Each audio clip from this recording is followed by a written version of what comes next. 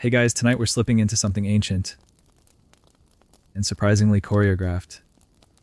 You're standing at the edge of a vast stone plaza, wrapped in the cool pre-dawn mist. Around you, torchlight flickers off woven baskets, sleepy traders grunt greetings, and the scent of crushed marigold petals hangs just above the earth.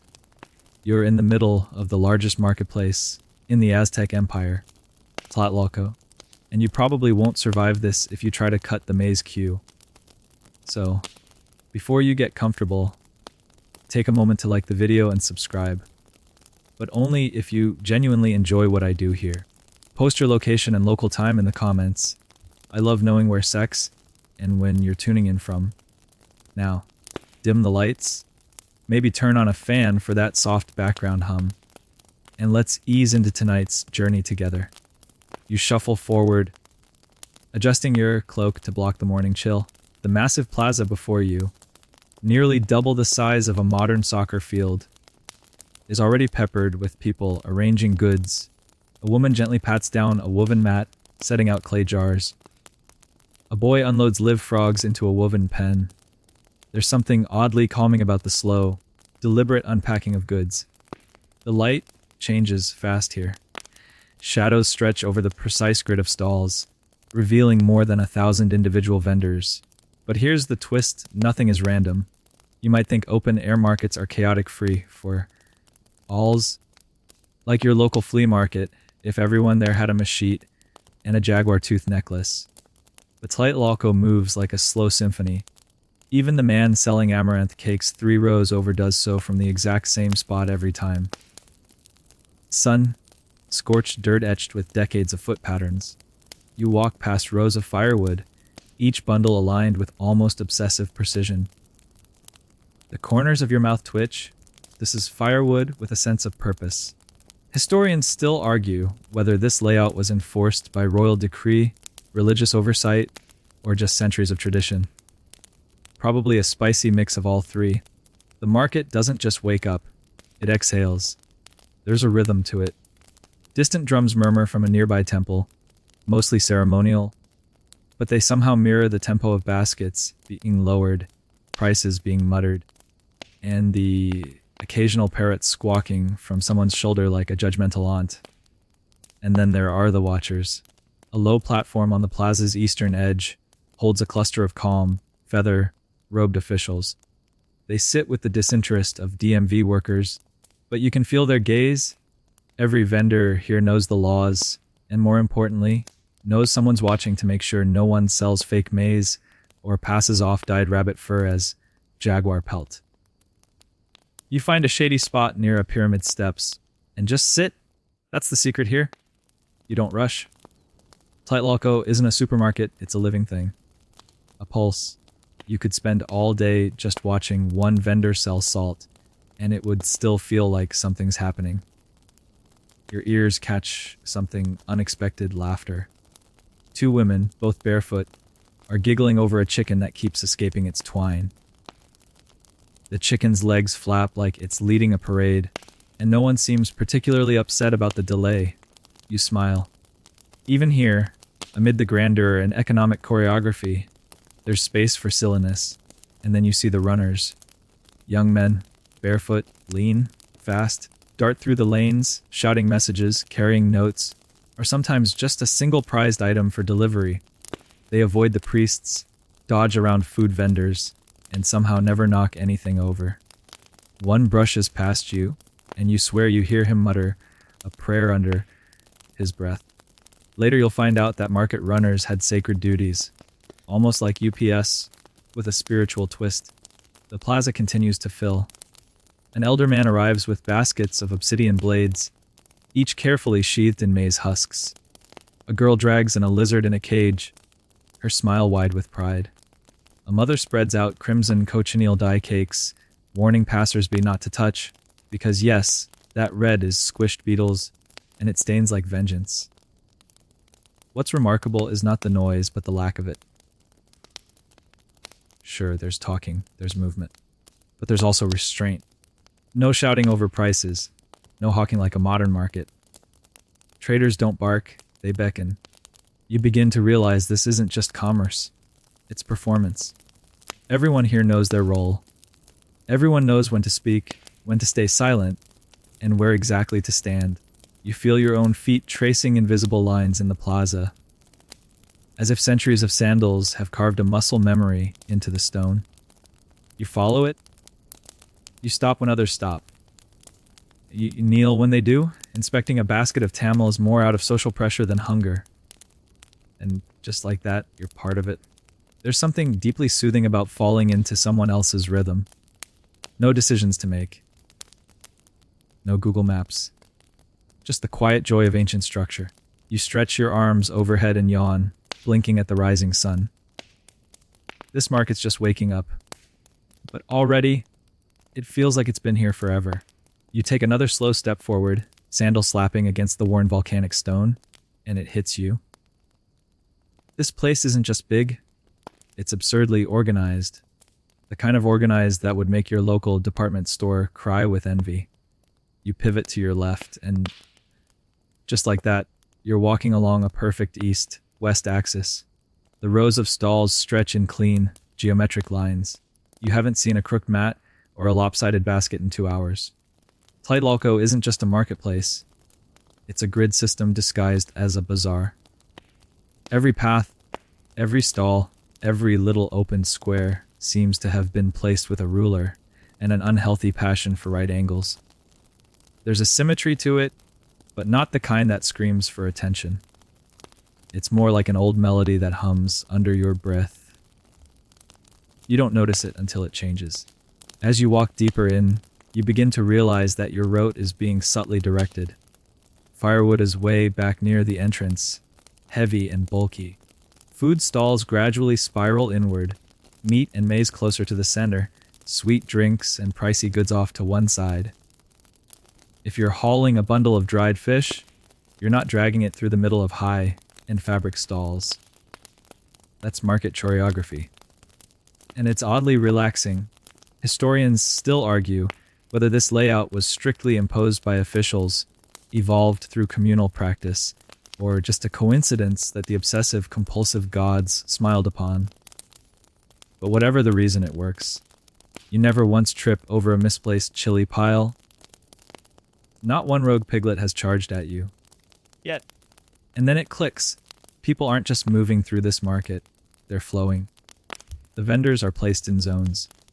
Each product category has its own neat row, like some cosmic Excel sheet. Clay pots are nowhere near feathers. Leather sandals don't rub shoulders with flower garlands. It's so precise that you could probably close your eyes and guess what section you're in just by sniffing. Fresh fish. Left corner. Dried maize. Middle row. Live birds. You hear the chirping before you see the cages. You pause in the lane between dried fruits and obsidian tools, careful not to mix the two because, let's face it, no one wants to accidentally chew on volcanic glass. A woman beside you is arranging guava slices in concentric circles. Fruity mandalas for sale. She hums as she works, and it syncs up with the thud of a nearby drummer, probably practicing for a ritual you're not invited to. Your eyes scan the raised platforms scattered throughout the plaza.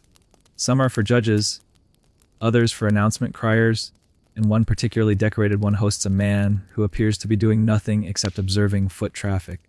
You squint. Is he a priest? A manager? The Aztec version of mall security? And still, everyone seems to know exactly where to go and how to get there. A mother gently tugs her son past the textile section, his eager hands clearly aimed at some suspiciously shiny beads. A trader carrying live ducks nods at a row of sandal sellers, and they part for him instinctively. No honks, no signs, just intuition, and maybe years of doing the same exact steps every single day. There's a method to it all. You begin to notice patterns in who stands where. High-value vendors, obsidian cacao, fine feathers, get prime real estate. More humble goods like broomcorn and chili peppers get space along the periphery. But even those lanes are spotless and dignified. There's no market snobbery here. Everything has its sacred spot. You turn a corner and nearly crash into a row of identical pyramidal piles of salt. The vendor shrugs like he knew you'd do that. First time. He seems to ask with a smirk, though no words pass. You awkwardly sidestep a gourd filled with something purple and bubbling. The thing is, this market isn't just about selling. It's about circulating. People come here for more than goods. They're exchanging stories, catching up on gossip, checking out potential spouses. Hey, don't pretend you didn't notice that one stall keeper giving you the eye while rearranging her cactus fruits. And you realize the spatial layout has a social logic too. Community zones, places to sit, rest, or gossip, are deliberately spaced between commercial clusters. The flow encourages interaction. There's room to breathe. Of course, not everything fits neatly into the master plan. Fringe vendors squat at the edges of designated rows, hoping to hitch a ride on the foot traffic. That guy selling snake oil, possibly literal snake oil, seems to have planted himself at a crossroads with maximum exposure. He smiles at you with unsettling enthusiasm. You politely retreat, and the children, small flocks of them, play at the empty corners where the layout leaves gaps. They dart between legs, chase each other past baskets of dried peppers, and somehow never get scolded. This isn't just a market, it's a miniature city. A city with rules you can't read, but instinctively understand. You finally make your way to a raised platform near the center. From here, you can see nearly the entire grid, lanes upon lanes of color, motion, and human intent. The patterns are mesmerizing. You watch people move like water through channels, avoiding each other with the grace of dancers who've been rehearsing all their lives. Somewhere off to your left, a shout rings out. Short, sharp, quickly resolved. A vendor had accidentally overstepped his stall's boundary. A nearby judge raises a single finger, and just like that, the man moves back a few inches, order restored. No fine. No fuss. Just balance. Reestablished. You take a deep breath and let it out slowly. Even with so many people, so many goods, there's no pushing, no clashing, no madness. Just the slow, deliberate rhythm of a people who know their place, literally and metaphorically. The marketplace isn't just mapped, it's memorized. And now, so are you. Without thinking, your next steps fall right into the grid. Your stomach growls audibly. And not just because it's been hours since that last tamale you pretended wasn't spicy. Hunger in Tlatelolco isn't a problem, it's practically a reason for being. So, you let your feet wander into a new section of the market, drawn by roasted maize and the hypnotic whiff of ground chocolate. But here's the twist: you don't pull out coins. You pull out beans. Yep, cacao beans. You cradle a small leather pouch like it's your wallet, which, in this case, it literally is. Because in the Aztec world, money smells faintly of chocolate. And if that doesn't make you want to switch civilizations, nothing will. You reach a stall where a woman sells a tali, warm maize porridge whisked with spices. She nods toward a stone bowl, and you count out 10 cacao beans. 10. For a breakfast drink, it's like dropping dimes for a laddie, except the beans might melt if you sweat too hard.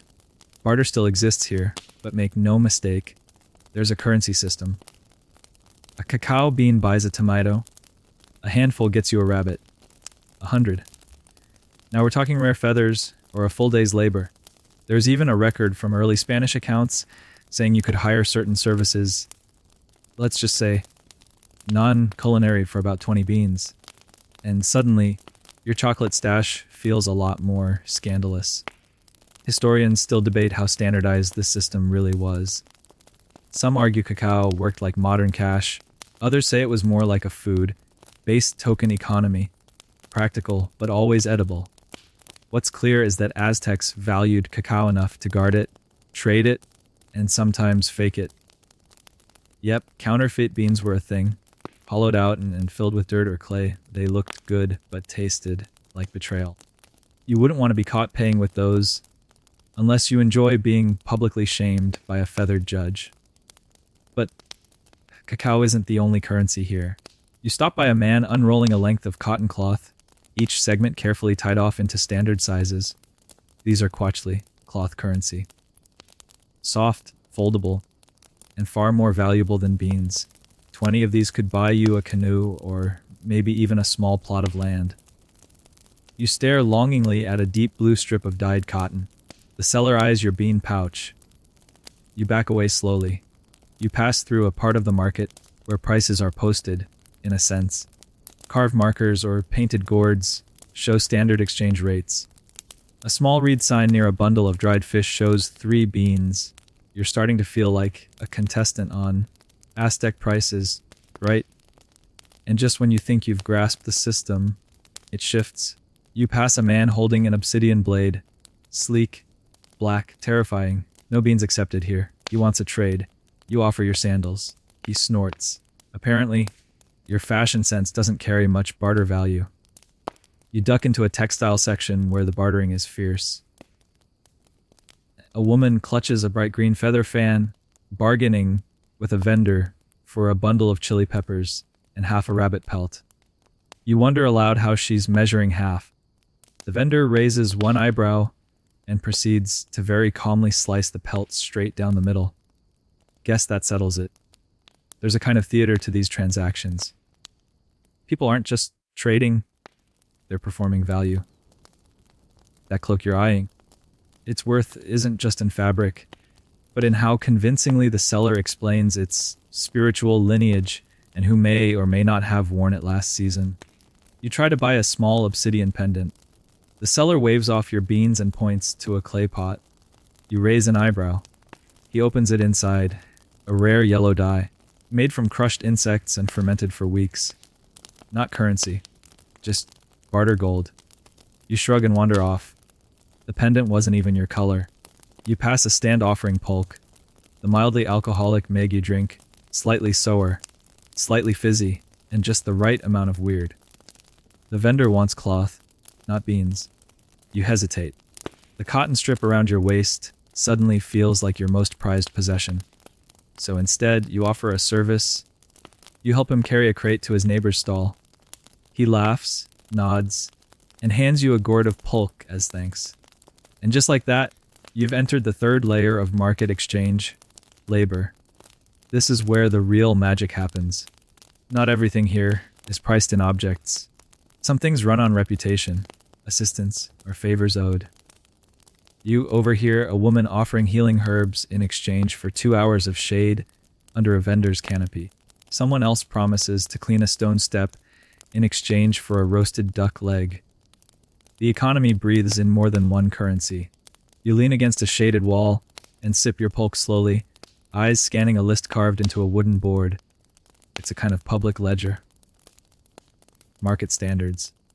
Someone's keeping track of what a bean should buy, how many quachli equal a canoe, how much firewood earns you a chicken. It's loose, sure, but it holds the market together. A runner dashes by again, this time delivering what looks like a tax collection pouch. You raise your eyebrows. Apparently, even here, taxes are a thing. Someone nearby mutters. Modokazoma takes his cut. You chuckle and drain the last of your drink. The sun's a little higher now. The smell of roasting maize, dried fish, and sweat makes the air dense and oddly nostalgic. You tuck your nearly empty pouch of beans into your cloak and decide, next time, bring more cotton. You turn a corner and instantly pause, nose first. It's the kind of aroma that makes your brain do a little double take. Earthy, sweet, sharp, and faintly medicinal. A tangled bouquet of cinnamon, pine resin, dried orange peel, crushed marigolds, and something musky you can't place. This is no food stall. Welcome to the olfactory orchestra of the smell, sellers. These vendors don't shout or wave or clap to get attention. They just sit, quiet, composed, surrounded by tidy bundles of herbs, resins, and fragrant flowers arranged like mini altars. You step closer, and it's like walking into a whispered conversation. One woman fans cedar smoke gently toward a bundle of basil. Another cracks open a waxy pod, releasing a puff of something sharp and floral. You try to speak, but she places a finger to her lips. Just smell. This is not an aisle you rush through. It's more like aromatherapy crossed with low, key performance art. The vendors never mix scents carelessly. They're curators. Each smell has a time, a place, a purpose. Some combinations soothe, others cleanse. A few, you suspect, are the ancient equivalent of fibres for warriors after battle. You kneel beside a bundle of copal resin, its earthy scent grounding in a way that makes you forget you're in a market at all. The vendor nods and plucks a single petal from a pile of crushed roses, placing it in your palm without a word. A trade, a gift, a test. You offer a single cacao bean. She tilts her head, clearly amused, and accepts it with a tiny smirk. Historians still argue whether these stalls were primarily commercial or ritualistic. Some believe they were meant to prepare buyers for temple visits, cleansing the body and spirit. Others say they were simply offering what everyone secretly wanted: to not smell like frog soup and corn sweat after hours of shopping. And yes, frog soup is very much a thing. We'll get to that soon. Here, smells are more than pleasure. They're protection. Against illness, against spirits, and occasionally against your fellow market goers. The placement of these vendors is no accident. They're often nestled between the meat stalls and textile rows. The logic? You need to reset your nostrils before you go from raw pork to flour, dyed cotton. It's like a sensory buffer zone. You spot a young man crouched beside a bowl of dried mushrooms. Not for eating, at least, not in daylight. These are for visions, dreams, spirit, walks. You've stumbled into a sacred side hustle. He meets your gaze and looks away quickly. Not for tourists. You move on. A bird suddenly whistles near your ear. Not a bird, actually. A vendor to your left, wearing a necklace of garlic bulbs, lets out another sharp call, lips puckered. It's a warning. A child nearby was reaching for a sacred herb with sticky fingers. The bird call worked better than any scolding. You linger in this corridor of quiet for a while longer, drifting between stalls like someone browsing an art gallery. A man lets you crush a pinch of dried epizode in your hand, instructing you, again silently, to inhale slowly. It smells like black pepper and menthol had a weirdly pleasant baby. You try to ask a question, but the vendor touches your wrist gently and points to a bark strip hung on a post. It's a kind of recipe. Symbols etched with obsidian ink. Apparently, this scent mix treats headaches, nightmares, and curiously talkativeness. You get the hint and zip it. This part of the market feels like it runs on rules you're not privy to. Not secret, but sacred. One wrong sniff, one careless comment, and you sense you could offend not just the seller, but the spirit of the scent itself. And still, there's business here. You watch a transaction unfold between two vendors. One trades a bundle of dried orchids for a tiny jar of crushed pine beetle. There's no haggling, just a nod.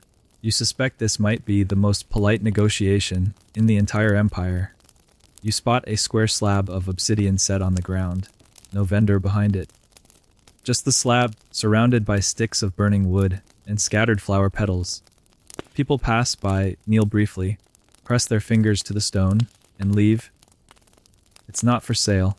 It's for grounding. This market, for all its trading and taxes, leaves room for stillness. Nearby, a woman paints her stall's edge with a paste made of turmeric and charcoal. It smells bitter, but oddly refreshing, she explains. Finally, someone talks. That it wards off envy. Her stall has had 4 good weeks in a row. She's not taking chances. You buy a small pouch of mixed herbs that promise to soothe the chest heat and clear the head. Whether it works or not, the smell alone makes you want to nap in a hammock for 3 hours. You sling the pouch around your neck and carry on, vaguely protected, slightly euphoric. Leaving this zone feels like waking from a nap. The market noise creeps back in slowly, and you feel it before you hear it. But something's shifted in your walk.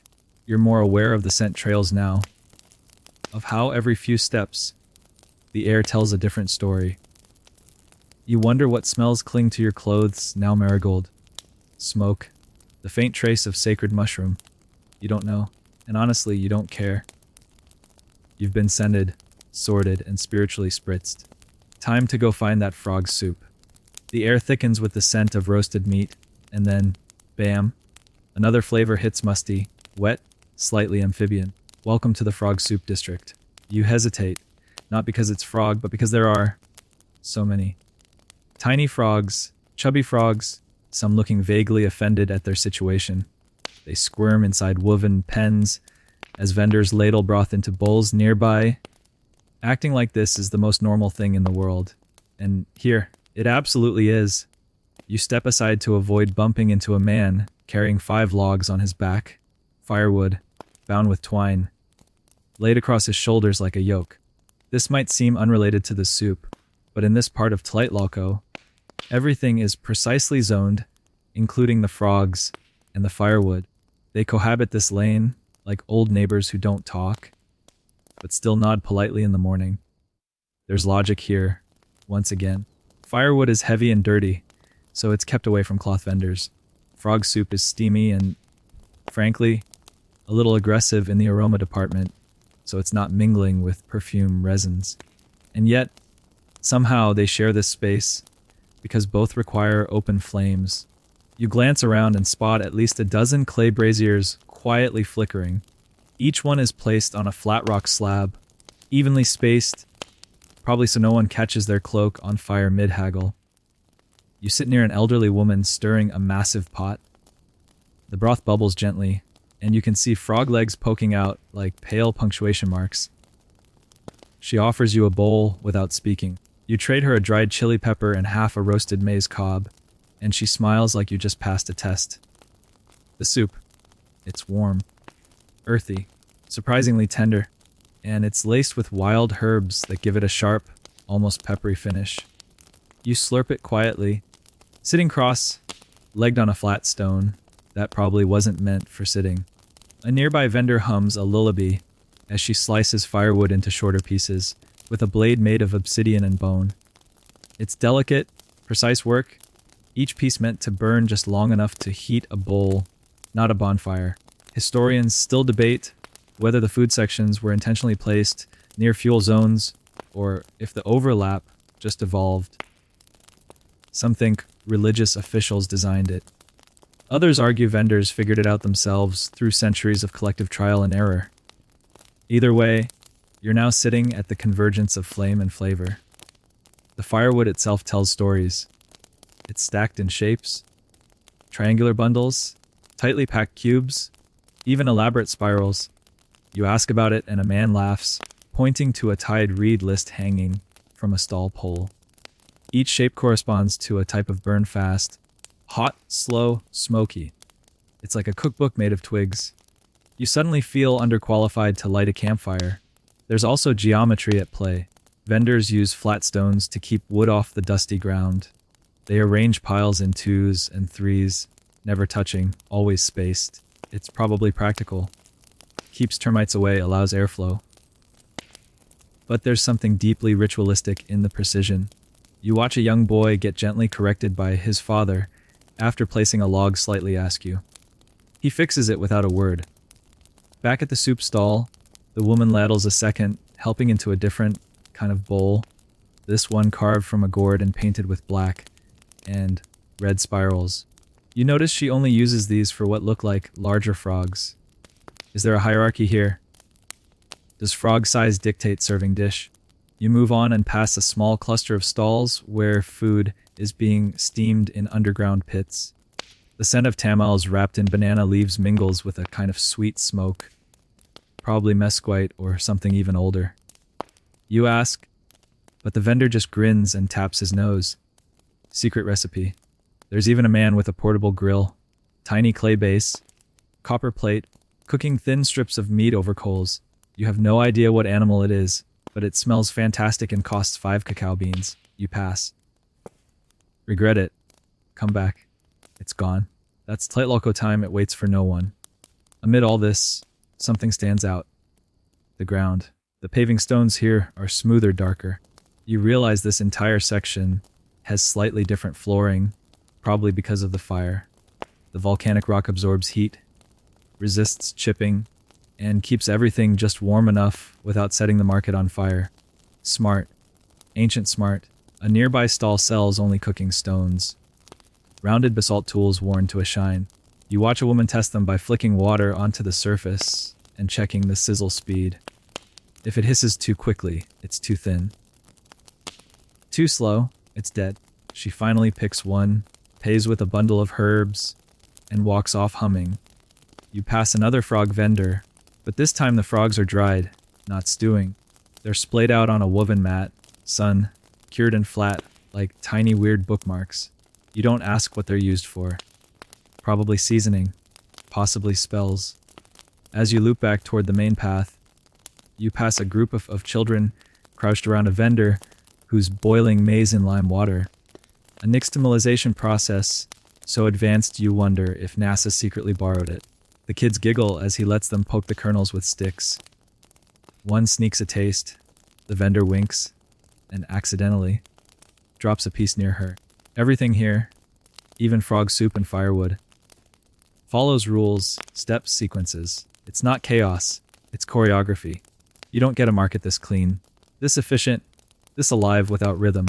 And whether it's logs or legs, everything has its place. You stretch, pat your stomach, and smell your fingers, still faintly froggy, but also satisfied, nourished, maybe even a little impressed. And now onto textiles. Your cloak isn't going to upgrade itself. You step into a corridor of brightness. Colors so vivid they make the rest of the market feel like a sketch. The textile section doesn't announce itself, it simply blooms. Rolls of cloth in electric blue, sun-drenched yellow, and reds deep enough to drown and ripple from stall to stall. This isn't just fabric, it's status, wealth storytelling. And you, let's be honest, are deeply underdressed. A vendor with silver, threaded braids gives your plain cloak a once over. It's not rude, exactly. More like a stylist's professional concern. You're clearly in need of a glow up. You shuffle closer to her stall, pretending you know what you're doing. It's packed with neat stacks of cotton cloth. Some undyed, some hand painted with feather, light patterns. The thread count here isn't measured in numbers. It's measured in respect. A cloak with dense weave and bright color might buy a canoe or even influence your marriage prospects. You pick up a strip dyed with cochineal red, the beetle blood hue prized across Mesoamerica, and feel a little shiver of power. A teenage boy leans against a frame loom nearby, his foot rhythmically tapping as he weaves. It's a hypnotic motion. Over, under, pull, tap, repeat.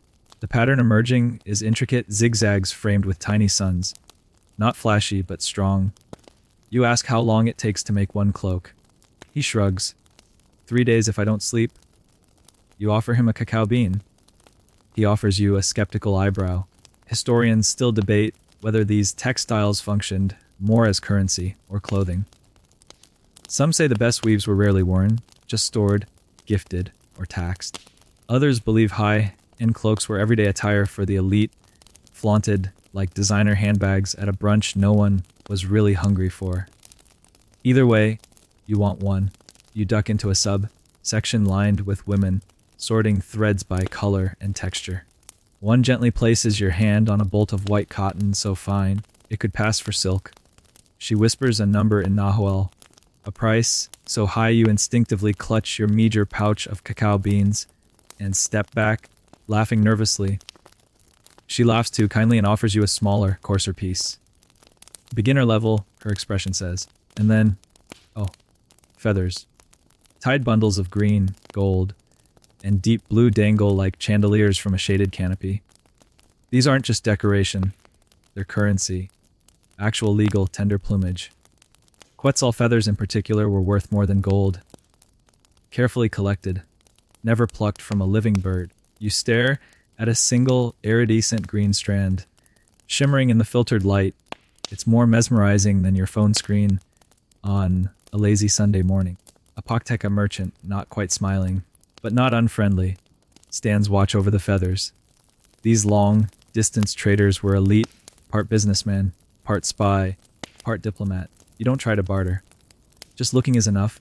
He nods once in acknowledgement. You've passed the vibe check. Not all stalls are high-end, though. Some sell practical goods, reeds woven into mats, Coarser cotton for commoner tunics. Agave fibers twisted into rope. A woman near the back teaches her daughter to tie a skirt with a single flip and tuck. Faster than modern Velcro and infinitely more elegant. You try to copy the move later and nearly trip over your own dignity. You pause at a stall filled with die cakes, arranged like candy. Blue from indigo, yellow from marigold, red from cochineal, black from charcoal and elderberry. The vendor mimes dipping a thread into a gourd of liquid dye, then holds up a sun-faded cloth. The message is clear: colors fade, but good cloth remembers. Nearby, a cluster of traders argue over a bolt of cloth, hands gesturing, voices tight but not angry. It's a haggling dance. Offer, rejection, flinch, counter. It ends with a handshake and an exchange of chili peppers. No beans, just spice. You watch as another vendor stamps a symbol onto a finished piece, likely a clan mark or maker's seal. Branding isn't new, it turns out. Even in the 1400s, artisans signed their work. Textile stalls are also a hotspot for gossip. You hear whispers about a temple priest who bought an unusually large amount of purple cotton. What for? New robes? A wedding? A funeral? No one knows, but everyone's talking. The threads carry more than color, they carry secrets. You're handed a scrap of hand-woven fabric by a smiling boy who tells you it's a gift. Not for trade, he says. For memory.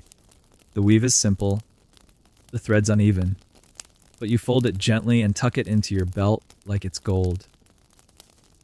As you head toward the outer edge of the textile section, you pass a group seated in a circle, tying fibers into patterns that resemble animals and mythic symbols. This is storytelling. Narratives sewn into wearable form. One woman points to a jaguar motif and tells a half-whispered tale about a warrior who vanished into the forest and returned as a shadow. There's magic in thread here. Not just skill, not just tradition, but myth. Every cloak has a story, every strand a fingerprint. Your own cloak suddenly feels heavier. Still plain, still functional, but somehow more important. It's been through firewood lanes, frog soup, smell vendors, and now threads woven by hands that remember more than they speak. You wrap it tighter and step toward the next section. Justice awaits, and possibly drama.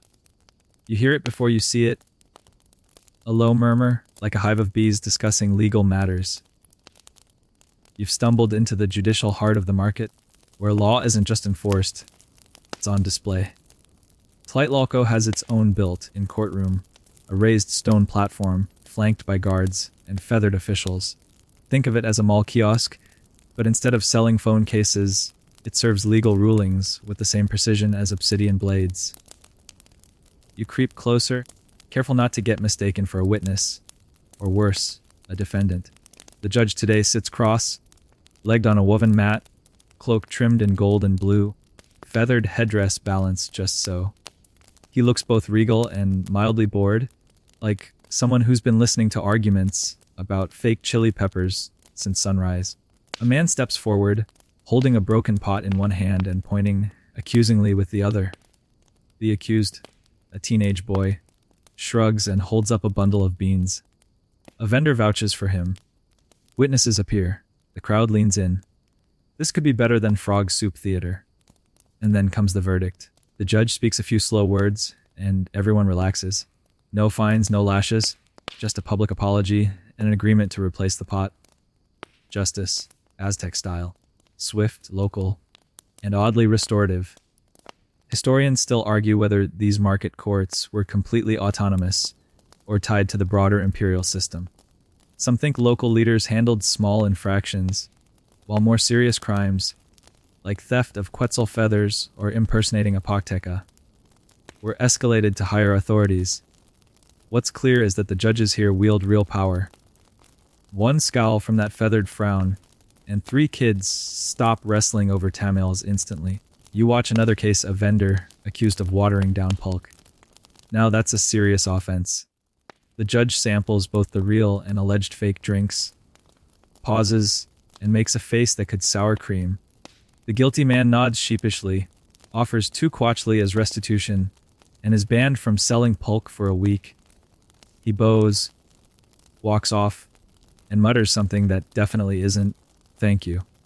The legal zone isn't just for conflict. It's a place for contracts. You watch two merchants shake hands over a cargo of obsidian blades set to be delivered in 3 days from Texcoco. A scribe steps forward, dips his brush in black ink, and records the agreement on a matted paper. It's all very official, until the taller merchant sneezes into his hand and wipes it on his tunic. Some things are universal. You pass a booth selling blank contracts, decorated sheets with room for names, goods, dates, and seals. Buyers use them to legitimize high-value trades or long-distance shipments. You pick one up and trace the faint glyphs lining the edge. Each symbol is a code. Feather noble class, chili tut food item, canoe tut transport. It's like emoji economics 500 years early. There's even a stall offering legal advice. A woman in a deep green cloak listens intently as a vendor vents about another stall copying her bead designs. The counselor nods, offers a few hushed suggestions, and gestures toward the judge's platform. She doesn't promise justice. She offers strategy, and you realize something strange. This part of the market feels safe, not just because guards patrol with polished batons and stern eyes, but because order feels baked into the stones. There's accountability. People know the rules, and better yet, they expect the rules to be enforced. It's not just about fear, it's about trust. You eavesdrop on a nearby conversation. Two young traders debating the ethics of charging extra for dyed cloaks during rainy season. One argues it's supply and demand. The other calls it price gouging. A feathered official walking past pauses, raises an eyebrow, and mutters a proverb in Nahuatl that loosely translates to, "Rain falls on the honest and the greedy." The kids stop arguing. You step closer to the platform, peering at the stone beneath the judge's mat. It's worn smooth, like it's held generations of arguments. You picture the market over the decades disputes about chili, love triangles over tamal recipes, heated debates about who invented the best cacao blend. All resolved here in public with words, not war. Someone taps your shoulder. A vendor, smiling. "You dropped this?" she says, handing you your little scent pouch from earlier. You hadn't noticed it was gone. She waves off your offer of a bean. "No need," she says. "You'd have done the same. Justice, it seems, trickles down in more ways than one." You walk away slowly, the legal hum fading behind you. The judge is listening to someone complain about a stolen sandal. You smile. Even in a market this majestic, someone always loses a shoe. You follow a group of musicians moving toward the center. The marketplace begins to sing. Not with melody, but with something stranger. Signals, calls, cues. And you realize it's not just sound, it's language. Time to decode the hum. At first, you think it's just background noise, a casual hum, the buzz of many voices blurred into one. But as you weave your way deeper into the central lanes of the market, it starts to separate. A whistle cuts through the air, short, sharp, like a bird calling from the rafters. You turn. No bird. Just a vendor nodding subtly to someone across the aisle. Then a trilling sound, high, pitched, and brief. Another vendor answers it by raising his hand and flashing 3 fingers. Somewhere nearby, someone claps twice, slowly, purposefully. It's not random. It's code. You realize, slowly, that the marketplace speaks a language you were never taught. A language of movement and signal, built from 1,000 days of repetition. Everyone seems to understand it. Everyone except you. A boy skips past, blowing into a clay whistle shaped like a jaguar's head. It makes a guttural growl that startles you until the vendor beside you laughs. "It's just a call," she says. "For more chili." She cups her hands and echoes the same growl, and within moments, a runner arrives holding a bundle of dried peppers. It's like watching Amazon Prime if it ran on bird noises and bare feet. Historians still argue whether this sonic signaling system was formalized or just an organic product of years spent shouting over crowds.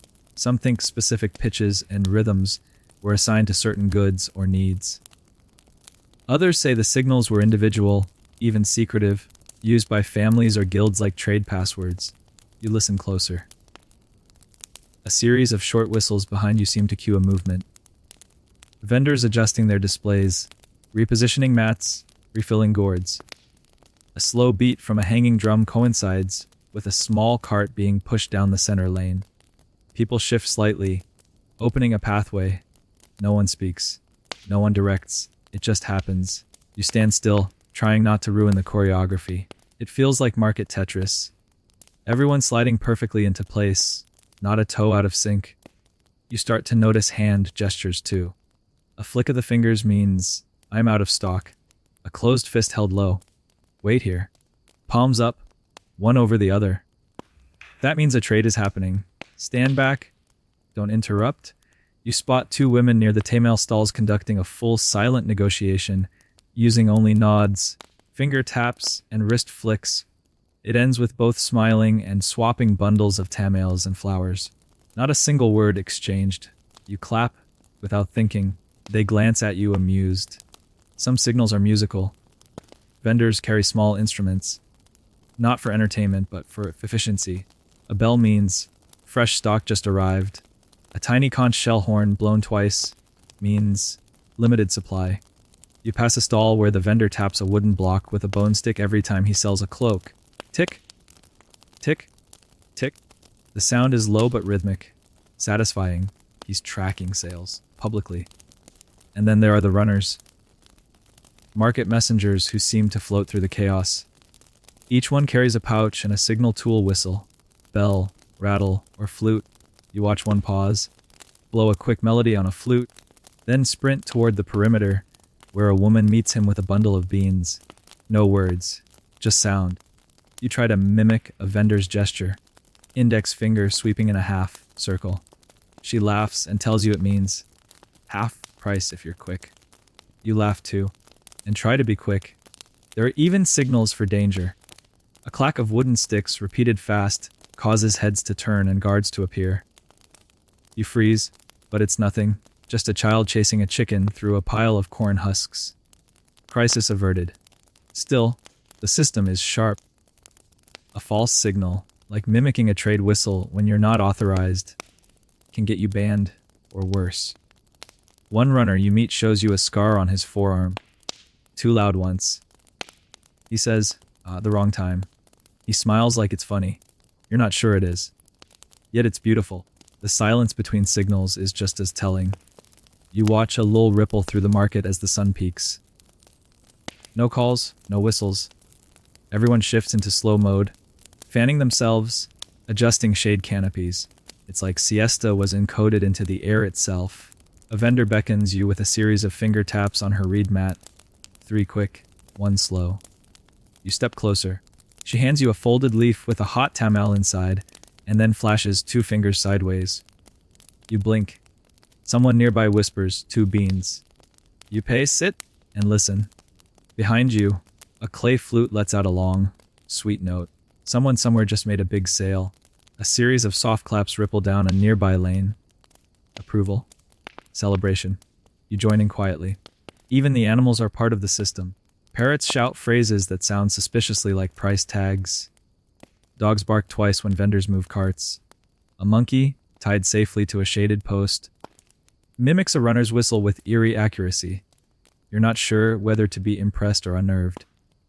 You lean back, tamail in hand, and close your eyes for a moment. The market speaks in whistles, claps, drums, gestures, and glances. It's less like noise, more like jazz, improvised, fluid, but held together by rules only insiders truly grasp. You might not be fluent yet, but you're listening. Your mouth is still warm from the tamail when the scent hits you. Sweet, sour, smoky, and faintly crunchy. You follow your nose into the most delicious corner of Tlatelolco, where food is not just sold, it's worshipped. This is the sacred snack zone, and it's equal parts cafeteria, chemistry lab, and culinary dare. Vendors here don't just offer food, they stage it. Mounds of toasted maize, pyramids of squash, rows of fresh tortillas stacked like currency. One woman lifts a clay lid to reveal bubbling mole negro, and you nearly pass out from the smell alone. Thick, rich, spiced with more things than you've ever heard of. You drift closer like a moth to a butter, slick flame. You think you've seen it all, until a man lifts a large leaf to reveal something wiggling. Magui worms, roasted, seasoned, and served like popcorn. He catches your stare, raises an eyebrow, and pops one into his mouth with an audible crunch. You want to back away, but your pride whispers, one in Tenochtitlan. You buy 3 worms for a single cacao bean. They're salty, oddly satisfying, and vaguely nutty. You're not sure whether you feel bold or betrayed, but the vendor gives you a respectful nod. Welcome to the Crunchy Club. Historians still argue whether these food stalls were temporary kitchens or permanent institutions. Some say they were day-only affairs, dismantled at sundown. Others suggest certain vendors had inherited spots, generations old, especially for sacred foods like maize cakes blessed by local priests. Whatever the truth, it smells heavenly. In one corner, you find drink stalls, each more theatrical than the last. One vendor pours a bright purple atali into painted gourds, maize drink thickened with cacao and flavored with chili. Another whips up a foamy white concoction with fermented corn and honey. It's a thick, custardy thing called pozzoli, and it sticks to your lips like an over-enthusiastic smoothie. You ask for something cooler, and a young girl hands you a gourd filled with tamarind water so refreshing it rewires your spine. Then there's the ceremonial stuff. You find a vendor preparing amaranth cakes shaped like gods. Small, detailed, slightly unsettling. She explains gently, with a smile, that they're for ritual. You're meant to eat the cake, symbolically absorbing the god's strength. You nod politely and do not take a bite, just in case. Nearby, people kneel on mats as a vendor grinds cacao into a thick paste, mixing it with chili, vanilla, and crushed flowers. She molds it into discs, lets it cool on palm leaves. This is high-end stuff, reserved for nobles, rituals, and people trying to impress their in-laws. You ask for a taste, and she lets you dip your pinky finger. One tiny touch, one overwhelming flavor. You almost propose marriage on the spot. You pass a stall where all the food is blackened. Charred maize, smoked turkey, pitch, dark chili paste. Night foods, the vendor explains. For evening offerings and people who don't like color. You don't question it.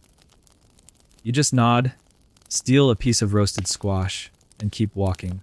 The smell of fresh tortillas leads you to a group of women flattening dough on stone commels. Slap of palm against masa is rhythmic, hypnotic. You join a small line of people holding gourds, waiting for a warm tortilla straight from the stone. When it lands in your hand soft and steaming, you instinctively bow like someone handed you a newborn. You notice the layout here is smarter than it first appears. Roasting stations are placed upwind. Spicy food cellars are spaced to prevent eye-watering collisions. Cooling drinks and sweet treats sit at the fringe, designed to tempt you one last time before you exit. This isn't just snack city, it's snack psychology.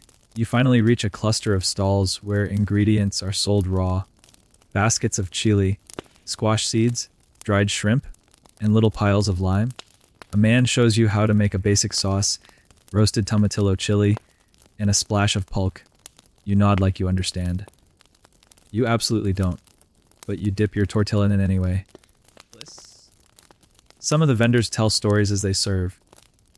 One woman explains that her maize comes from a village where the goddess Chicamacotl once appeared in a cloud of butterflies. Her tortillas are shaped like flowers to honor that moment. Another tells you his magui worms are picked only on full moons, when they're happiest. You take a seat near a shaded tree, watching the snack zone flicker with life. Kids dash between stalls holding chili, covered fruit. Elders barter for tamales wrapped in layers of banana leaf and banana lies. A young man fumbles a gourd of atali, spills it, and is immediately consoled with a fresh one, free of charge. This isn't just feeding, it's community. You can feel it in the quiet generosity, in the shared silence over a perfect bite.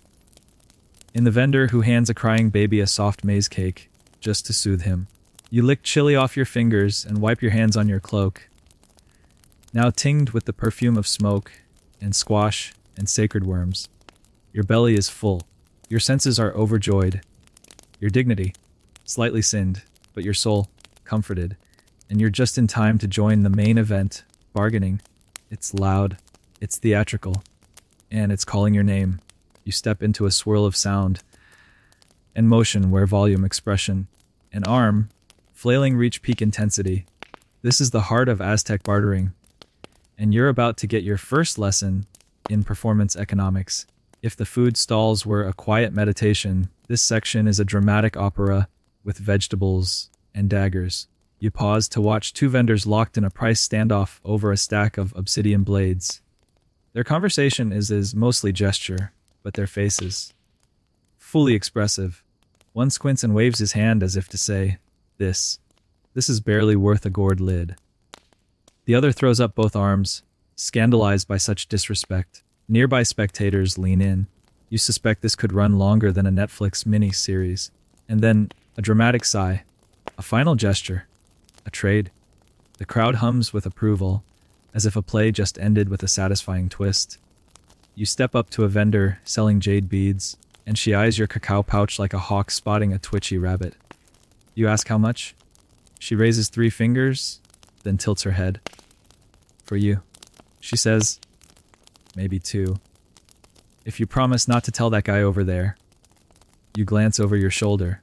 The other vendor smirks and holds up 4 fingers with a wink. The whole thing's a game, and you're very much the ball. You try your hand at bartering over a small obsidian pendant. Less dangerous, looking than the blades, still cool. The vendor starts with 10 beans. You gasp, clutch your chest dramatically. He lowers to 8. You raise one eyebrow.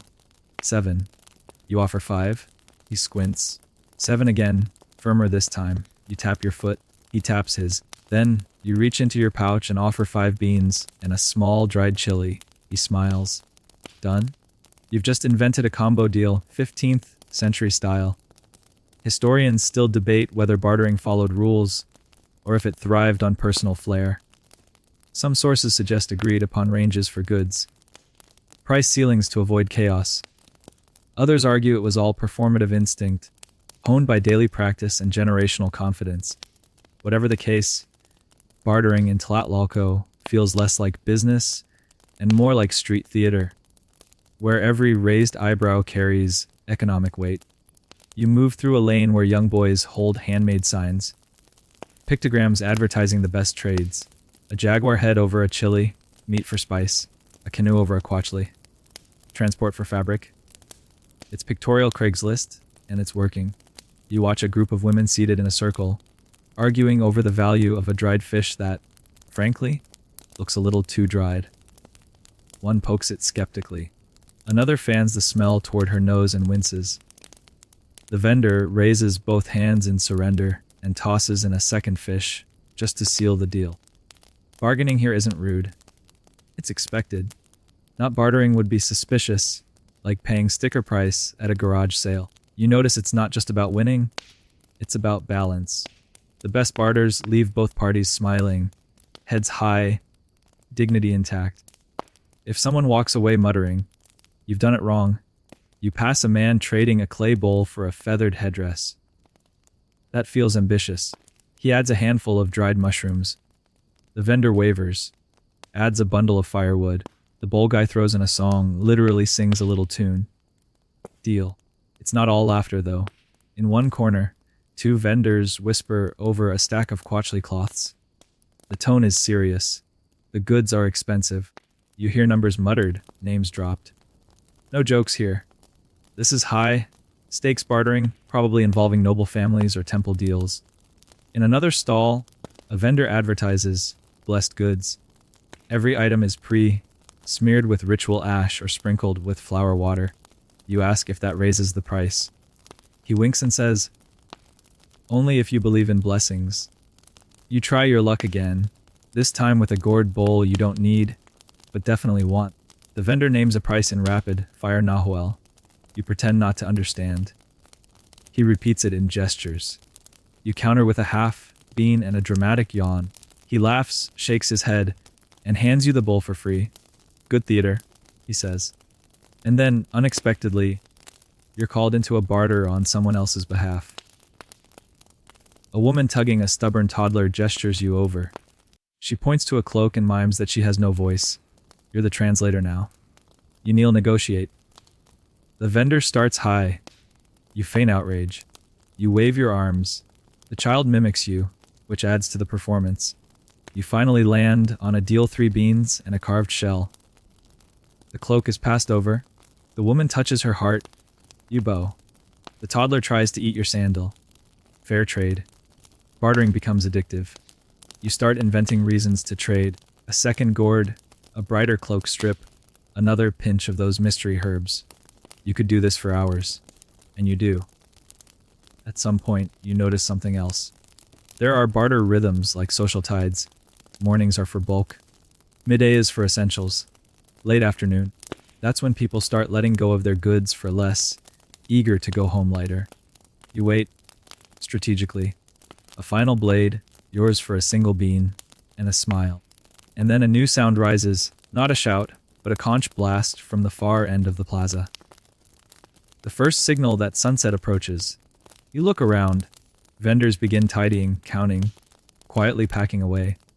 The drama ends not with a curtain, but a broom. And just like that, the performance fades. You clutch your new gourd, your feather, your little wins. Bartering wasn't about the stuff. It was about connection. You didn't just trade. You danced, and the sweepers are coming now. Quiet, fast, thorough. Time to move aside. Cleanliness is next. You feel it before you see it. The soft swish, swish of brooms against stone, a dry rhythm chasing the last crumbs of chili and corn, husk off the plaza. The bartering has quieted, and a new performance takes its place. Tlatelolco, for all its thundering vibrancy, insists on tidiness. Clean stalls, clear walkways, no errant frog legs underfoot. Vendors pack their goods with the practiced grace of nomads. Mats are rolled, gourds are emptied, and leftover tamales disappear faster than you can ask for a last bite. You watch a group of women wrapping their herbs into bundles with reeds, each knot tied so expertly you could probably hurl it into a lake and still sell it dry the next day. But your attention shifts to a smaller, stranger ritual happening in the outer lanes. You've stumbled into the twilight corner, where things don't look like they're for sale. A man crouches beside a stack of baskets, each one tied with cloth and marked in red ink. He glances around, then disappears behind a tent flap. Curious, and let's be honest, mildly nosy, you linger. A woman approaches from the west path, clutching a tightly bound parcel. She kneels beside the baskets, untees one, slips her parcel in, retees it, and walks off without speaking to anyone. You've just seen a tax drop. Yes, taxes in the market. Not a booth. Not a line. Just a quiet system of bundles and trust. Every vendor knows their cut, and they know where to leave it. The officials come later. Sometimes in robes, sometimes in civilian dress, always with a keen eye and a tali stick. Historians still debate whether these taxes were voluntary offerings to local temples, enforced levies by imperial agents, or a strange hybrid of both. The surviving records are fuzzy, perhaps on purpose. The empire ran on maize and tribute, but no one wants to talk too much about the bureaucrats in feathered hats. You inch closer to another group of tied baskets, these marked with blue ink and a spiral glyph. Each one contains goods, mostly dried beans, cloth bundles, obsidian shards. One even has a small frog, still alive. Apparently, someone's paying in livestock today. A boy nearby nudges his friend and points to the baskets. The friend grins, makes a face, and they both scatter. You suspect this isn't their first time watching tribute change hands. But taxes aren't the only hidden code here. You begin to notice small glyphs painted on the ground near the stalls. Some are faded, barely visible in the twilight. A corn stalk here. A fish over there. These aren't just decorations. They're zoning indicators. The marketplace, it turns out, is mapped in more than just stall locations. It's divided by product, by privilege, even by ancestral claims. One trader tells you her family's stall has been on this exact corner for 4 generations. We sell chili, she says proudly, and we pay with a cloak each solstice. You ask who collects. She just shrugs and nods toward the looming temple in the distance. They know. You make your way toward a vendor who's selling folded paper slips with painted symbols. Some kind of receipt system, perhaps. You ask, and he explains, Zella with a smirk, that these are good faith tokens, offered by regulars who come empty, handed but promised to pay next market day. He waves one in the air. This guy owes me 3 frogs and a chili rope. Hasn't missed a payment yet. It's credit in paper, in pictures. You love it. But beneath the practical, there's ceremony. A woman lights a stick of copal resin and waves the smoke over her stall. You recognize her from earlier, one of the scent sellers. She's not cleansing the space for cleanliness. She's sending gratitude to the spirits who guard the market's rhythms. Others follow suit. Small bowls of flower petals are left beside the main path. A bit of maize is crumbled and scattered. A roasted grasshopper left on a stone slab, like an offering to some tiny god of appetite. You can't tell whether it's tradition or insurance, but it feels right. And then there's the counting. Vendors sit with quatchly cloths spread out, beans aligned in rows, feathers counted one by one. They don't do math in their heads. They do it with their hands, with their eyes, with careful ritual. One man chants softly as he counts bundles of cacao, his fingers moving like a priest reciting scripture. A woman catches your eye and points to her ledger. A flat reed board with dried maize kernels used as markers. Each row is a customer. Each column, a product. She's got a better tracking system than your phone notes app. You pause to help a child pick up a fallen basket, and he thanks you with a plum. You eat it instantly. It's sour. You love it. As twilight deepens, more tied baskets appear, some hoisted onto carts, pulled by tired dogs, or loaded into woven cradles carried by strong-backed men. It's the reverse ballad of market life, goods disappearing into shadows, trails leading to homes, to temples, to tax counters you'll never see. And even now, the sweepers keep going. They don't rush. They sweep with a kind of reverence, as if the dust itself is sacred, as if the path must be cleared not just for cleanliness, but for tomorrow, because tomorrow it all resets. You step aside for one final cart. It creaks past, filled with nothing but empty baskets and a gourd clinking gently with leftover beans. You can't help but wonder, how many of those beans will end up in a tax basket? How many will be traded? How many are just gone? And what if that's the point? The market isn't just a place of exchange. It's a place of memory, of tribute, of debt and trust, and sweeping away the old to make room for the next rhythm. You tuck your feather into your pouch, adjust your cloak, and follow the sweepers. You've got more to see. The last of the sweepers vanish around a corner, leaving the market clean, quiet, and surprisingly bright. The sun hasn't set yet, but its angle makes everything look gilded. Your cloak seems to glow, and even the stone beneath your feet takes on a soft orange shimmer. You follow the light toward a quieter path, marked with broader lanes and more elaborate awnings. Things here are different, sharper. Pricier, you've entered the prestige zone. The first thing you notice, feathers. Not loose, not bundled, displayed. Quetzal feathers shimmer like dragonfly wings in controlled bursts of green and blue. A vendor carefully separates them with carved bone picks, as if any single strand out of place might disrupt cosmic harmony. You reach out, and she shakes her head gently. No touch, she mouths. You nod and retreat. Then come the jaguar pelts, coiled and stacked with eerie precision, the spotted fur still holding the shape of the cats they once covered. You imagine wearing one, and immediately feel sweaty and judged.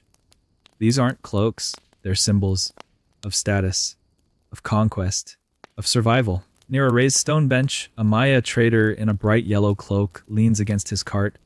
He's older, face lined like carved bark, and his expression is one of calm superiority. You can tell immediately, he's not here every week. He's here when it matters. The Paktika, the long-distance merchant class, operate with a flair that's half diplomat, half magician. They trade beyond the empire's borders, in lands of jaguars and jade mines and languages you've never heard. They bring back things so rare, you feel nervous just looking at them. A tray of turquoise beads, a folded fan of thin gold foil, a necklace made of what looks like human teeth, polished to a shine. You don't ask the price. You try to make eye contact with one of them, just for the thrill. A young man in red, fringed robes meets your gaze. Doesn't blink, doesn't smile. You glance away, suddenly aware of how plain your sandals are. Historians still debate the exact nature of the Pakteka's role. Were they merchants first, or imperial agents cloaked in market goods? Some believe they served the Tlatoani directly, gathering intelligence and keeping tabs on distant provinces. Others argue they simply earned the empire's trust by being terrifyingly good at logistics. You drift past a stall selling jade ear spools. Polished, perfect, the kind of accessories that make your earlobes ache just imagining the weight. A woman wearing 4 of them smirks at your interest. You smile back and move along. Nothing to see here. Just pretending to be rich. It's not just items that feel different, it's the interactions. Nobody haggles. Prices are spoken once, and either accepted or declined. The transactions are fast, clean, efficient.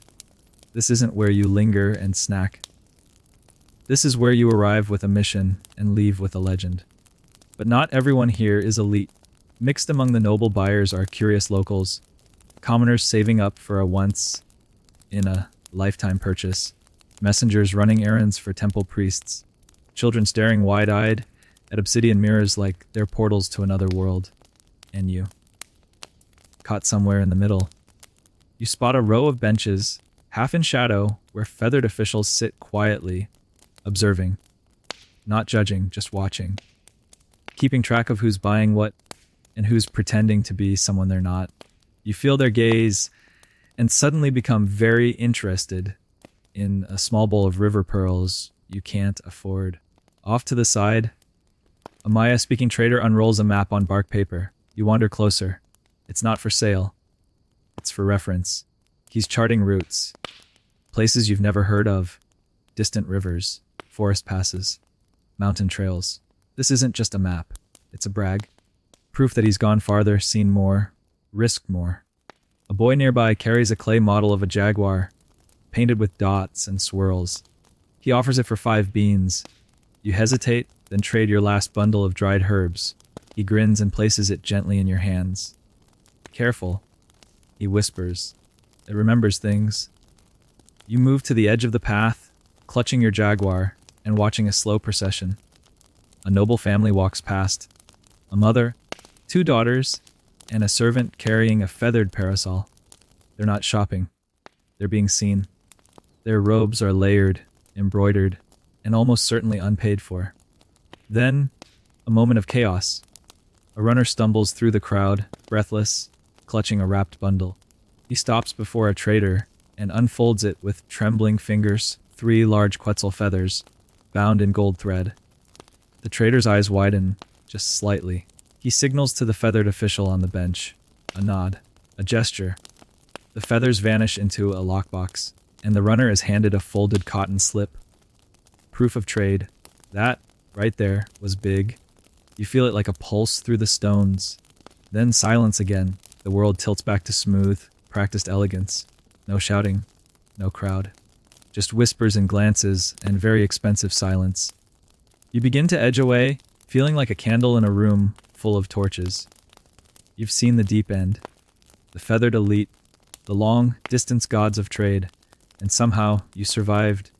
As you leave, the Maya trader looks up, just once, and gives you a tiny nod. You nod back, not quite sure why, but certain it means something. You're not elite, not Pakteka, but you've walked through their world, and that's enough. Time to head back to the dust and brooms, where the market breathes a little easier. You make your way back toward the heart of the market, and something feels lighter. Not just your pouch, though. Yes, it's almost empty, but the very air around you. The noise has dulled, the chatter fading into background hum.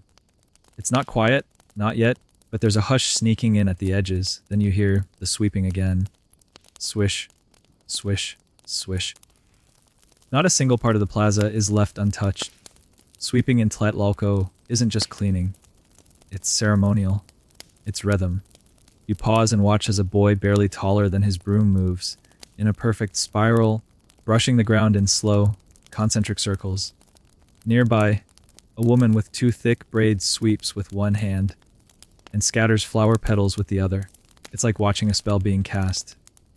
You think back to earlier, the court, the food, the cloaks, all of it layered with movement. But this is the epilogue. You lean against a cool stone pillar and take it in. Vendors close their mats, but not haphazardly.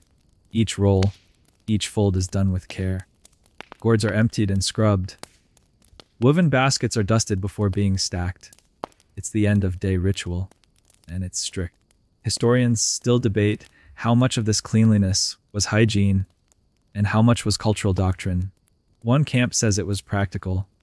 Clean grounds meant fewer pests, better preservation, and less chaos at dawn. The other argues it was moral. Cleanliness here reflected harmony, respect, order. Maybe both are right. You wander into a stall that's already half-packed. The vendor looks up, shrugs, and hands you a piece of dried fruit. "Last one," she says. "Don't tell my husband." You don't. You chew quietly and move on. A group of sweepers moves past you in a line, like a slow, graceful parade. Their brooms aren't random sticks, but crafted from palm fronds tied with cotton cord. You spot symbols etched into the handles, likely clan marks or spiritual signs. One boy catches you staring and grins. He twirls the broom once, then gets back to work. You think of how this might look from above. People crisscrossing the plaza in smooth, angular patterns, clearing away everything but the memory of motion. You half expect music to start playing. But no, just the sound of straw on stone. In one corner, a family carefully stacks their remaining goods into a painted canoe. Not for sailing, the canoe's on wheels. A repurposed relic from some long-ago voyage. It creaks as they roll it away, the father guiding, the mother pushing, the kids pretending not to race each other. A feather flutters past your foot. You pick it up, bright red, still fresh. Someone dropped it. You turn to hand it to a nearby vendor, who shakes her head. "The market keeps what it wants," she says with a shrug. You tuck it behind your ear anyway. You pass a set of stone basins filled with water. Vendor wash stations, perhaps. A man rinses his hands, his gourds, even his feet. He looks at you, points to a bowl, and gestures. You follow suit. The water is cool, clear, shockingly refreshing. It smells faintly of flowers. Across the square, a group of girls sweep petals into a heart shape, and then scatter it again. A boy laughs, tries to make a face from fruit pits. Another child chases a chicken into a stack of cloaks. The vendor doesn't yell, just chuckles, lifts the chicken, hands it back. The market doesn't close so much as it exhales. You watch as torches are lit. Not many, just enough to guide the stragglers. One vendor lights a clay burner filled with herbs, not for warmth, for scent, to ward off insects, or spirits, or maybe just to say goodbye. You linger near the judge's platform, now empty. Someone's left a gourd of Atali and a flower on the mat. You suspect it's not forgotten. It's an offering, a thank you to the unseen hands who keep this dance from falling apart. You hear one last whistle. Short? Melodic? Final? That's it. The market sleeps now. You take a seat on a low step, watching the final sweepers make their rounds. A dog lies in the middle of the plaza, tail thumping. No one shoos it away. This is home too. You realize your own cloak smells like everything. Soup, herbs, smoke, sweat, feathers, clay. You're a walking scroll of the day's experiences. You pull it tighter, not to cover yourself, but to keep the scent in. You pick a small pebble from the ground and put it in your pouch. A souvenir. As if anything could remind you more of this place than the weight of it all in your bones. The last vendor hums softly as she ties her final knot. The broom swishes one last time across your path. And somewhere, a parrot mutters a word you don't understand. The market is clean. Not empty, not hollow. Just still. You stand, stretch, and follow the silence toward the night. The light is nearly gone, but you're not ready to leave. Not yet. Something's pulling you back. So instead of heading home, like the others, you do the exact opposite. You sneak. A little detour around a side path, a duck beneath a hanging reed curtain, and there it is again, the plaza. Familiar, but not. It's darker, quieter, and yet not empty. They call them ghost markets. Not for spirits, though the vibe is pretty close. These are the night vendors, the secret sellers, the shadow traders.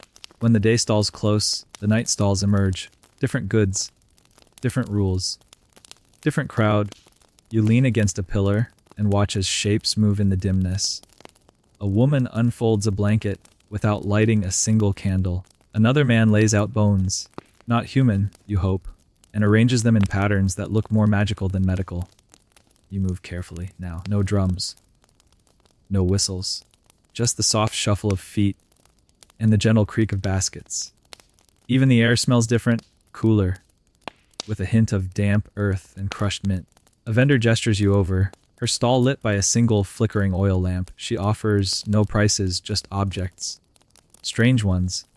Carved stones that feel warm in your palm. Tiny amulets that vibrate faintly when you hold them close. You set them down quickly, your fingers tingling. Historians still argue whether these night markets were regulated or tolerated. Some say they were allowed by the city officials as long as taxes were paid. Others whisper they were tolerated in the same way someone tolerates a jaguar in the bushes. Respected, but watched very carefully. You spot a man selling what looks like dream powders. Tiny bags of dust, each one labeled with a symbol: eye, moon, serpent, hummingbird. You point to the serpent. He holds up 5 fingers. You raise 3. He shrugs and gives it to you anyway. A night market discount. Further in, a circle of people sits around a flat, obsidian disc. A vendor drizzles oil across its surface, then spins it gently with a stick. Reflections dance. One by one, people step forward and whisper things into the glass. Wishes? Confessions? Curses? You don't know. You do not try it. Probably wise. The goods here aren't meant to last. They're not cloth or beans or chili. They're things that vanish. Dreams, whispers, predictions, fears. A woman sells wind in sealed gourds. You open one. Nothing comes out, but suddenly you feel cold. You close it quickly. You pass a stall lit with glowing insects. Fireflies netted and tied to reeds like living lanterns. The vendor sells nothing. He just sits, smiling, surrounded by light, and then a familiar smell. Smoke. But not from firewood, from incense. You follow it to a line of people waiting quietly as a woman rubs herbal paste onto their foreheads. She says a prayer, presses her thumb to their temples, and moves on, cleansing. Protection. Or maybe just comfort. You watch a boy hand over a stone shaped like a rabbit. He receives a kiss on the forehead and a pinch of dried flowers in return. No beans, no quachli, just a trade of feeling. You glance around and realize you're not the only outsider here. Other newcomers walk slowly, reverently. Some hold their arms across their chests. Others step only on certain stones, as if avoiding invisible traps. Everyone moves carefully. Like the air is thick with secrets. You pass a vendor selling sound. That's right. Sound. Little wooden discs, each etched with concentric grooves. You rub them gently, and they sing. One buzzes like a bee. Another hums like wind through reeds. You pick one that sounds like rain and trade your last cacao bean. Worth it. You sit down for a moment near a stall selling nothing but charcoal drawings, sketches of faces, animals, plants that probably don't exist. The artist draws without looking up. You ask who they are. No answer. They just hand you a fresh drawing. It's a jaguar, of course. You fold it gently, tuck it inside your cloak, and rise. By now, the plaza is darker, the lamps lower, the voices softer. But the energy hasn't faded.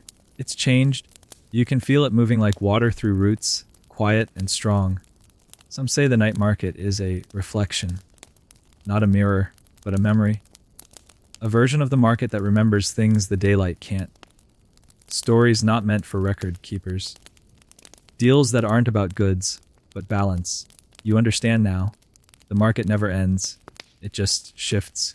You walk a final lap, slow and steady. You recognize some vendors from earlier, now dressed differently, selling different things. One waves. You wave back, then the wind picks up. Just a breeze. But it makes every firefly dance. Every incense trail twist. Every shadow shift. It's time to go. You slip back through the curtain of reeds, into the outer path. The city beyond the market feels darker somehow. Quieter. But you don't feel alone. You still carry the scent of smoke. The hum of the crowd. A whisper of wind in a sealed gourd. The market isn't behind you. It's with you. And it's almost time to rest. You drift toward the center of the plaza one last time, drawn like a tide pulled by something deeper than gravity. The night air wraps around you. Cool, steady, oddly intimate. This place, which once rang with trade and shouts and clanging gourds, now murmurs like a friend winding down after a long, beautiful day. The stalls are mostly empty now. A few bundles remain here and there. Cloaks draped gently over wooden racks. Untouched tamales wrapped in banana leaves like quiet offerings. A stray sandal forgotten beneath a bench. Everything seems paused, like the whole plaza is holding its breath. And you, now fully part of its rhythm, move slowly. No need to rush. The plaza is not done with you yet. You find a space beneath an empty awning, its shade now a soft silhouette on the stone. You lie back, cloak beneath you, one hand resting gently on the small pebble you tucked away earlier. Above you, the stars stretch out like the underside of a great obsidian dish, polished, endless, silent. Around you, the market settles. A man nearby, likely a vendor who never left, hums a low tune as he braids palm leaves into a tight spiral. It's not for sale. It's just for peace. Another woman kneels by a basket and slowly unpacks nothing, just going through the motions. She needs the shape of habit, the way others need food or sleep. You hear someone sweeping again. Not out of necessity, but out of memory. Each stroke of the broom like a heartbeat, familiar, comforting. And now, with your back against the cool stone, you realize something. This marketplace, this humming, sprawling, breathing thing, it's not just a center of trade, it's a body. A city's nervous system. A sacred pattern written in sandals and smoke. The layout, the zones, the smells, the sounds, the silent gestures. They weren't just logistics. They were choreography. Not a chaotic tangle of buyers and sellers, but a living, practiced dance. Something ancient and exact. Historians still argue about what the market truly was. Commerce or ceremony.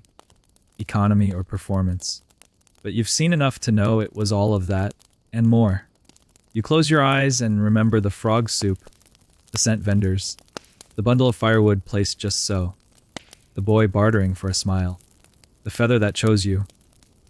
You remember stepping wrong at first, then stepping in time. You hear the gentle click of obsidian against stone as someone nearby arranges a tool for tomorrow.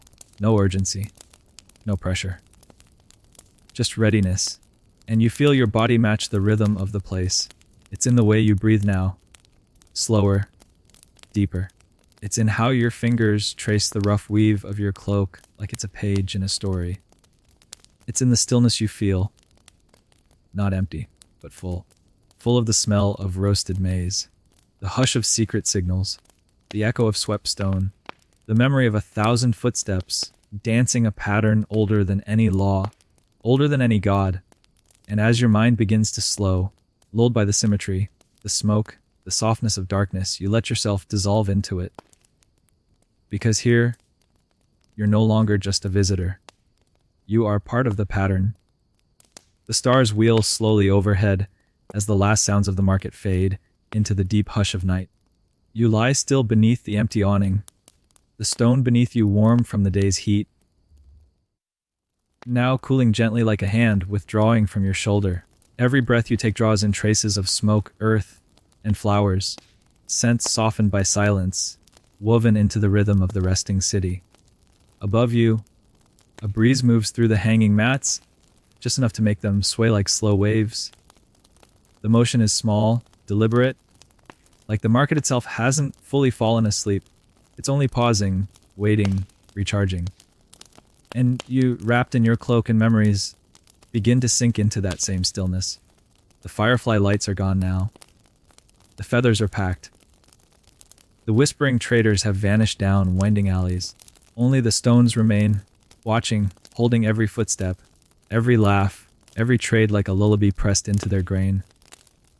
You can almost feel it, a soft pulse in the rock, the heartbeat of a place that remembers. Your thoughts grow slower, stretched like threads in a loom. The day unwinds. No more frogs, no more beans, just breath, just stone, just sleep.